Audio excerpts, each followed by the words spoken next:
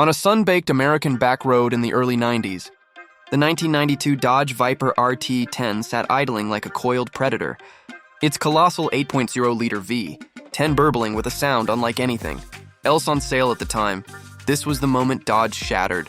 Expectations by building a roadster so raw it felt more like a race car, stripped of its stickers than a showroom model. No roof, no windows, no electronic nannies, just fiberglass skin stretched over a tubular frame and enough torque to spin the rear tires at will. The Viper RT10 dared drivers to decide if they were bold enough to handle it. In a world where rivals were adding airbags and refining ride quality, Dodge deliberately went the other way, resurrecting a kind of primal American performance spirit that had been dormant since the heyday of Big Block, Muscle and Carroll Shelby's Cobra. The stakes were high for both the brand and the enthusiasts who lined up to buy it, because the car's reputation for being unfiltered and even intimidating could make or break its legend. Yet it was precisely that danger, that aura of untamed speed, that ignited a cult following and a national conversation about what a modern supercar should be.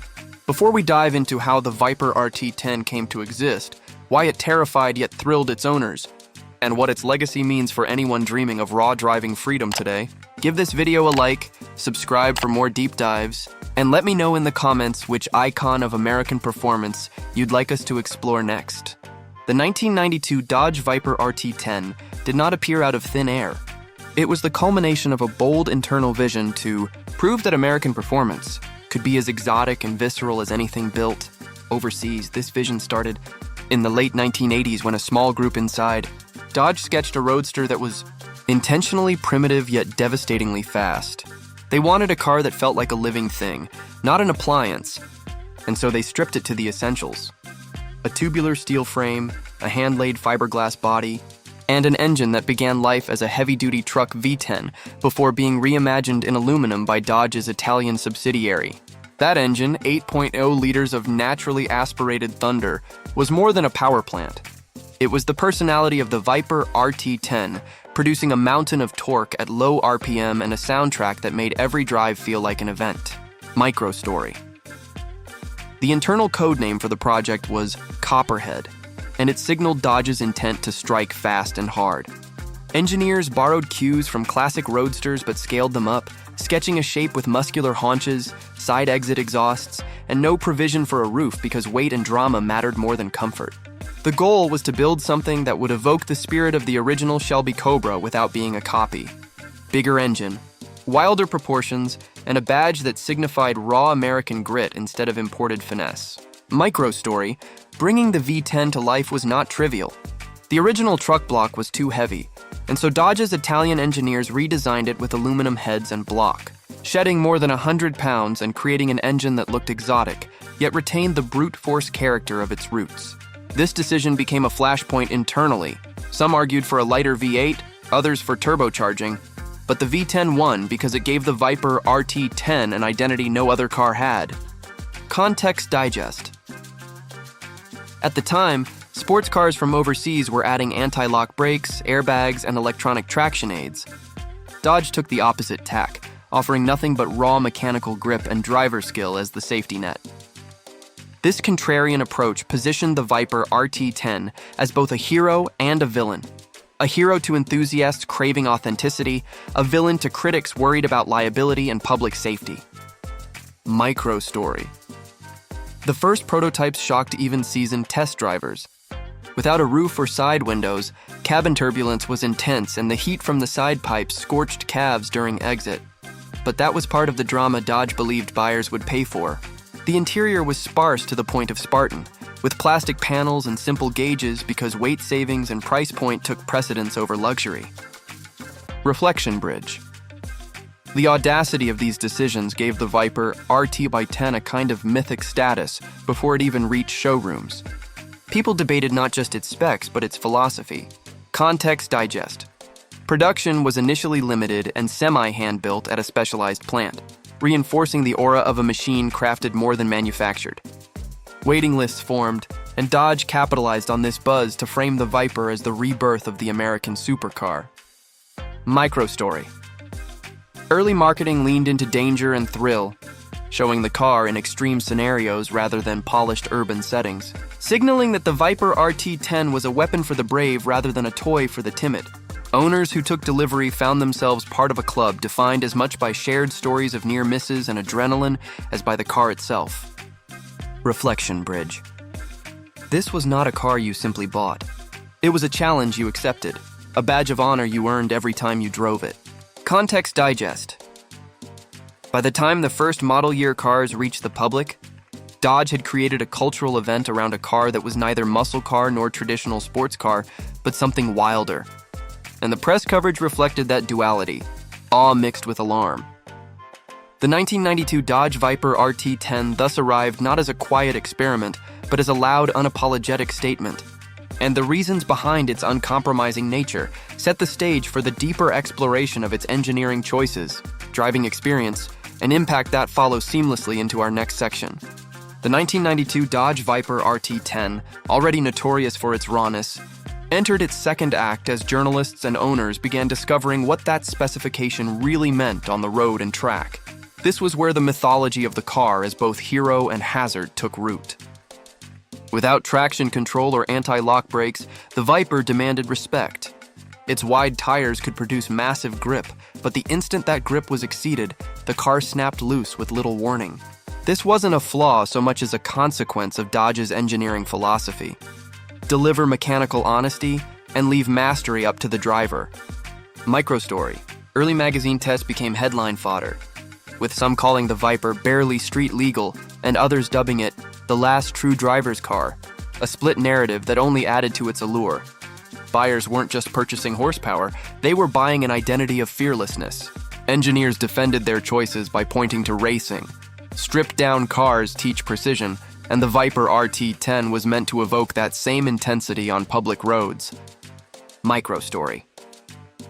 At track days, the car proved devastatingly quick in capable hands, often outrunning far more expensive rivals despite its rudimentary chassis. The aluminum V10's broad torque band made it easy to rocket out of corners, and its side pipes barked a signature note that could be heard halfway around the circuit. Yet for drivers accustomed to electronic aids, the learning curve was steep, and some found the car's limits far more abrupt than expected, which only fed the legend.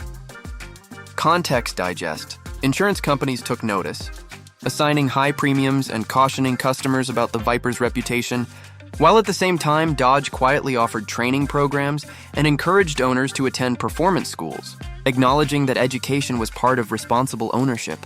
Microstory. Meanwhile, the cultural impact deepened. The Viper RT10 starred in video games, television shows, and posters on teenagers' walls, cementing its status as a pop culture symbol of unfiltered speed. This crossover into media was unusual for a low-volume, uncompromising car. But it made sense because the Viper's image tapped into the same archetype as the Wild West gunslinger, dangerous, captivating, and American to its core. Reflection bridge. This duality of performance and peril became the hook that kept the Viper RT10 in headlines and in enthusiasts' imaginations long after the initial novelty wore off. Context digest. Within Dodge, success bred ambition. Plans for a coupe version and a racing program were floated, and incremental improvements were made to cooling, gearing, and materials. But the core philosophy remained untouched. The company saw value in keeping the car's edge sharp. Microstory. Enthusiast clubs sprouted across the country, hosting drives, charity events, and technical sessions where owners compared notes on tires, brake pads, and handling techniques. The community became a support network that turned ownership into a shared adventure rather than a solitary thrill. Reflection bridge. In this way, the Viper RT10 transcended being just a product and became an ecosystem of risk, reward, and camaraderie. Context digest. Competitors watched closely, some inspired to strip weight and add displacement, others doubling down on electronics to contrast the Viper's philosophy. Either way, the American performance landscape shifted, with Dodge now a surprising trendsetter rather than a follower. Microstory. By the mid-1990s, the Viper RT10 had proven that there was still a market for a car that scared you a little, and in doing so, it reshaped internal corporate thinking about halo models. Boldness could pay off not just in sales but in brand identity. The 1992 Dodge Viper RT10 thus moved from a risky skunkworks project to a full-fledged icon. And understanding how its cultural and engineering decisions converged helps explain the legacy and evolution we'll explore as we move into our final section. The 1992 Dodge Viper RT10 entered its legacy phase, not by softening but by proving that a brash American supercar could mature without losing its soul. This final chapter is about what that impact meant for drivers, for Dodge, and for the wider culture. As later iterations arrived with modest comforts and safety upgrades, the first-generation RT10 remained the reference point, the unfiltered original, the car that asked whether you wanted to be a passenger or a pilot in your own driving experience. Micro story. Collectors began snapping up early cars even before production ended, recognizing that no future model would quite replicate the mix of intimidation and purity. This foresight paid off as values stabilized and then rose, turning what was once a daring purchase into a coveted artifact. Micro story. On the racetrack, the Viper's DNA spawned a factory-backed competition coupe that won championships and outperformed international rivals, rewriting assumptions about American engineering and serving as rolling proof of concept for Dodge's philosophy. Context digest. For everyday owners, the car's legacy was equally vivid. Maintenance required diligence, insurance remained steep, and yet satisfaction scores were high among those who appreciated its demands. A testament to the bond it forged between machine and driver. Reflection bridge. The RT10 showed that risk, when executed with conviction, could translate into lasting respect rather than fleeting hype. Microstory. Enthusiast communities evolved into formal clubs with national meets, parts support, and driving schools, creating a safety net and social dimension that amplified the car's appeal and mitigated some of its risks. These networks also influenced Dodge's decisions on future updates. Context digest. In the broader market, rivals responded by recalibrating their own halo models, some doubling down on electronics, others experimenting with rawer variants, but none duplicated the Viper's blend of audacity and accessibility. Microstory. The Viper RT10 also became a case study in marketing courses and automotive strategy discussions, cited as an example of how an icon can be built not by following trends, but by breaking them with a clear, consistent vision. Reflection bridge. This made the car more than just a machine. It became a blueprint for how a brand can ignite passion and differentiate itself in a crowded landscape. Context digest. Even decades later, when Dodge announced the end of Viper production, the farewell tours and limited editions all traced their lineage back to that 1992 RT10, underscoring its status as the origin story of an entire philosophy. Micro story. Today, seeing a first-generation RT10 on the road is like spotting a rare predator in the wild. Its presence still startles, its side pipes still announce an event, and its aura still challenges you to measure yourself against it. The 1992 Dodge Viper RT10 thus resolves its narrative not as a relic, but as a living legend.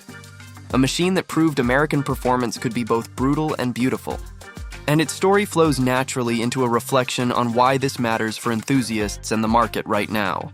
Looking back at the 1992 Dodge Viper RT10, what emerges is a portrait of a machine that challenged every assumption about what an American supercar could be.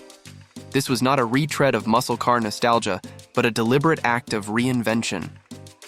By launching a roofless, electronics-free, V10-powered roadster at a time when rivals were layering on airbags and stability systems, Dodge showed that bravery and clarity of purpose could carve out a new niche rather than chase an existing one. For US enthusiasts, the RT10's significance lay not only in its specs, but in its invitation to participate in a story. You weren't just buying horsepower. You were entering a club where skill, respect, and camaraderie mattered as much as speed. Over the decades, that ethos rippled outward, affecting how track day culture grew, how insurance companies framed high-performance ownership, and how other manufacturers thought about halo models. It also set a blueprint for balancing danger with duty.